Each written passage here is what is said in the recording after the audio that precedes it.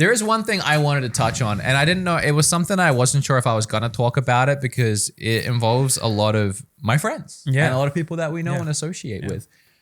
And it's my friends too. It's probably going to be a hot take to a lot of you, which might, I don't know. But so G4. Yeah, it's a little old news by the time this podcast. It's a little old news. It's kind of, I've been seeing the discourse and it's a lot unwarranted and stuff. Well, I'm hoping that by the time this comes out too, people have had more time to kind of calm down over the whole situation. But G4 closed its doors. Yeah. Because in all fairness, it was a outdated business model. Yeah. That probably shouldn't have existed. In the first place. They should have never resurrected G4. But I'm glad it gave these people a platform, and I'm glad they all had jobs and stuff. Yes. It was a stupid idea in the first place. It's not a great idea in 2021 or 2022. It launched this year. It was a nostalgia bait. It was It lasted 1 year.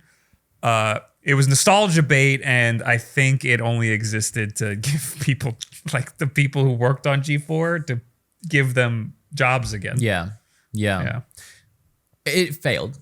Yeah, it didn't work, and they've closed down. And it's not a happy thing. Nobody should be happy that happened. That's my thing. Sucks. It sucks. Yeah. And I didn't know where to say it, and I felt like just doing a Twitter post wasn't gonna get my message across correctly. But like, you can not like something and also be disappointed that it didn't work out for the people involved. I keep seeing all these posts like happy. Like, I don't know if it's just people trying to ride the algorithm wave. It's spite. It's like, gotcha. It's spite. It's just spite. Like they wanted it to fail so bad. That sucked, and I didn't like it. So I'm glad you guys are unhappy. Why can't it just be like, I saw that comment? Why do we have to absolutely take a giant diarrhea dump? Yeah. On all these people that lost their jobs and they were just trying to create something fun with video games. I don't really understand it. And I think where it hits home with me the most and why I may be a little more biased towards it is just because Gerard is one of my closest friends. And he is such a sweet guy. And he poured his love, sweat, blood, and tears into that project because he believed in it. And then it went under and everyone is just trashing on it. And I know he is really taking that hard mentally. Yeah, a lot of those guys are taking it a little hard because they've gotten a lot of criticism for no fucking reason. I don't understand. I know. Just because people don't like the product. You don't have to watch it. It's the fucking internet. Watch literally anything else. I know that it all really what did he say? They did. They did. They did. They did. They did. They did. That was amazing. I'm glad we gave him a mic today. I think the better statement is you don't have to like put out negativity that you don't have to laugh and revel and take joy in the fact that all these people just lost their jobs. Because and let's be honest, you didn't like one of them. Who? Yeah. Frost. You're talking about Frost. I think it's insane how much people are attributing their downfall to her. Yes. As if it wasn't a bad idea from the very beginning. The thing is that incident definitely caused a lot of people to stop watching. Was, if you don't know, it's just her doing like a rant about misogyny in the games industry, which I think, listen, I watched it, totally fair. Nothing she said was wrong. Now we're getting into hot water because people don't like this take. Nothing she said was technically wrong. It was the way that she delivered it. It was abrasive. The timing.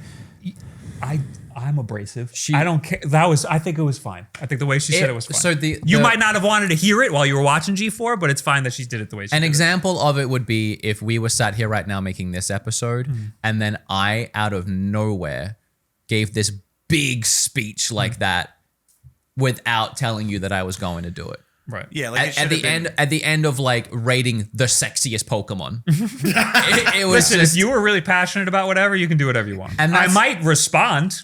And I would appreciate that. And honestly, that is the same respect that Gerard gave her. Right. And then Gerard got brought down in all that hate too because he supported her. Yeah. Which, you know, if I was to do something like that and you were to support me as a friend, you shouldn't get brought down with me for supporting me. I mean, what else are you going to do? I mean, I don't know their relationship, but I would absolutely take it. I think that the whole thing also is we're talking about two completely different platforms. Television versus the internet, even though this does go on the internet, television is so old that the minute you do something that somebody doesn't like, You're gonna get letters written and sent to the TV station. So she gets shit from the internet, which means the TV people go, "What the fuck happened?" Then they actually look into it and they say, "Oh, this was a hot take. We don't like this." Yes, because it's television. Yeah. Yes. Then just being in the industry, I know how it is. Like the minute you say something that people don't like, but it's part of the industry, you're out. That's it. I think let me finish the first thought. Okay. People attributing the downfall to that, wild. The reason why people are attributing it to that is because that did cause a lot of people to stop watching. This wasn't going to work out. I don't think you could attribute that to people not watching. I think that's ridiculous. I think it was already not a lot of people watching. Yes, and then there's some idiots that are really vocal. I agree. And those are the guys that stopped watching. That's what I'm saying. And that's a small a lot of people are like minority of people who are very vocal. That was the moment where it all crumbled down. Yeah. No, that was a moment that upset a lot of people, and a lot of people did stop watching. But I think it's weird to say a lot of people. Well, I don't know how many people. It doesn't matter how many people. I think it's a scapegoat. But what I'm trying to say. Yes, I think so too. I think a lot of people are pointing to that as the reason. And it's okay to be frustrated by somebody. You're watching something, you're trying to have a good time, and you all of a sudden don't agree with somebody, and you feel like you're being yelled at. That's fine. Agree. But that's not a reason to stop watching. I already said I agree. If you liked the product, the way it was handled was very abrupt. It should have been its own video, published on its own, like a nice speech, and given its pedestal and its moment to shine. Not interrupting a video about like Red Dead Redemption when there were like 7 other people in the room that had no idea it was going to happen. I don't know the context. I only saw the clip. That was the context. Okay. Essentially the context. Yeah, it was like the end of a segment. Like it was the end of the show, and she just. So yeah, in terms of like an execution, poor execution. Yes, extremely. But what she said. Yeah, totally very valid. That should have been a separate thing that they could have posted before the episode started or something like that, and they could have done it in a much more tasteful way. And then it was even handled really badly after, because it was like a matter of days or weeks. They had Amaranth on the show, dressed in like a bikini, doing bikini things, which is great. Like I'm all here for it. But then you counteract that with the speech that was given a couple weeks before, and of course people are going to misconstrue things and take it the wrong way, and then there's going to be even more arguments. Her whole argument was about how like women, especially people in the games industry who are front-facing, are not here to be eye candy or whatever. And then they have Amaranth, whose existence at the time was to be eye candy. Yes. So maybe some are, but not all of them. But that was her point. Look at it. So I really hate the argument that people are making where they show like Amaranth and Morgan Webb, and they're like. That's fair. Yeah, I agree with you. But then look at the Amaranth stuff that's happening now. Exactly. Yes. Exactly. That's why I said that. Yeah, it's like it's freaking unbelievable how that always bites everyone in the ass. It turns out she didn't want to do that, exactly. And that's fucked up. As we sit here, that situation seems to have resolved in the way that she's going to be able to do her own thing from now on, and it seems like she's going to make whatever content she wants, and which is great. And that is great. I've always been a fan of Amaranth. Aside from that, I started watching her maybe 2 weeks ago, before all that shit was going down. I don't know why. She blew up a lot recently. She was watching some other when the drama stuff was going on. She was watching it and reacting to it by her pool in her bikini, going, "Oh shit!" She hands down, I think, is one of the smartest content creators. On Twitch, YouTube. If you're in the top 50 Twitch streamers and you are the only female, clearly you're doing something right. Clearly you are very smart. Yeah. Yeah, I don't like it's definitely all her, and I think with all this the power she gained from speaking up, I think it's only going to propel her. Absolutely. I imagine her next thing she's gonna do, because she announced she's gonna take a break. She's gonna come back with Pokemon, because she's a huge Pokemon nerd, and she talked about how excited she is to play that game. She's gonna turn to a Valorant pro, maybe go into Roblox or she's been playing Valorant. Really? Yeah. She does. I thought she started playing with Hassan when Hassan was starting to play. Yes, that was like a year ago. They're both Hassan. I remember. Hassan just recently started playing, and she did too, and they were both pretty bad. All things come back to Valorant. I think that's why I started watching her actually, because she started playing Valorant. Oh, I'm sure. Bob. And I watched it. Bob, we're not onto the sexy talk yet. How many Bob Wolves are on Pickle Rick, Bob? Tell me. What is Pickle Rick? She writes the name of the donos on Pickle Rick. See, I haven't been watching for that long. I have been, Bob. It's Wob Wolf under the... It's my alt account. Anyway, so we got way more into it than I thought, but... Let's just ease up on that. A lot of people lost their jobs. Yeah, it sucks. It really sucks. They tried something that maybe it is outdated. Maybe they had a plan that we didn't see, but it didn't work out for one reason or another. Let's just let it be.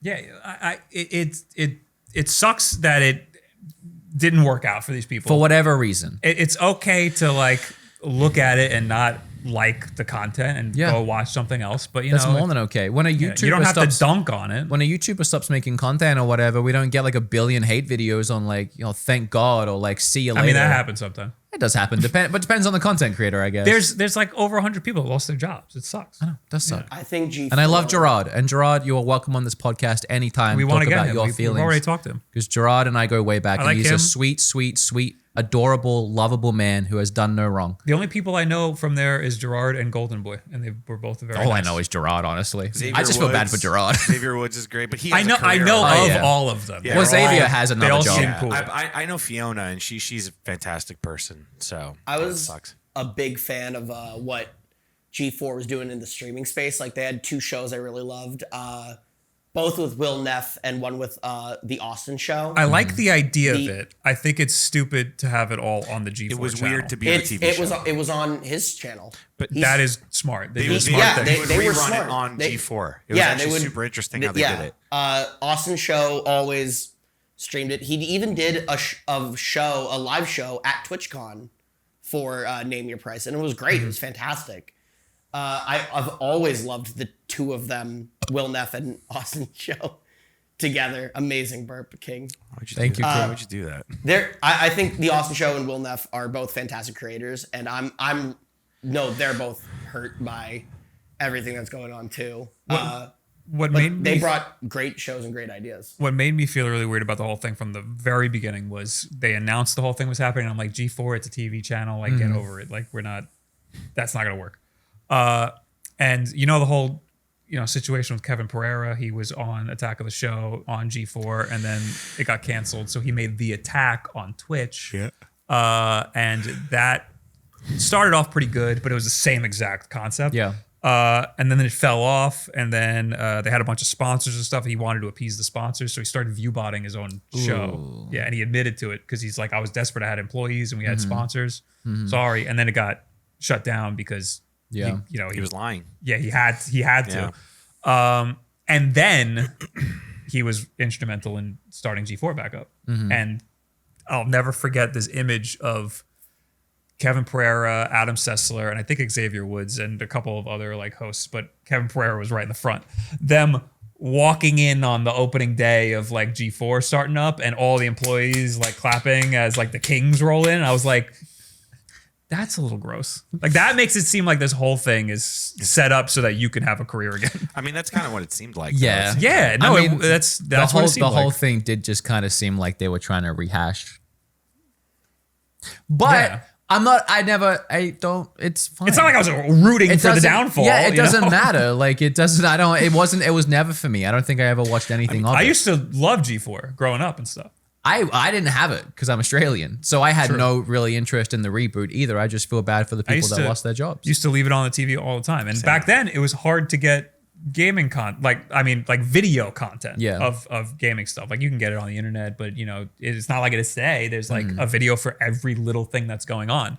So back then having a TV channel that was always on, that always had a little bit of gaming stuff, was fantastic. And I understand the need to want to bring that back, but these days we have the internet, and every corner has a billion videos. There was about probably a everything way you to want. do it, like more downscale. And everybody who's into video games is online already. Yeah. So it just doesn't, and that's why I think it also crumbles. The first time I ever heard of G4 TV was when they relaunched.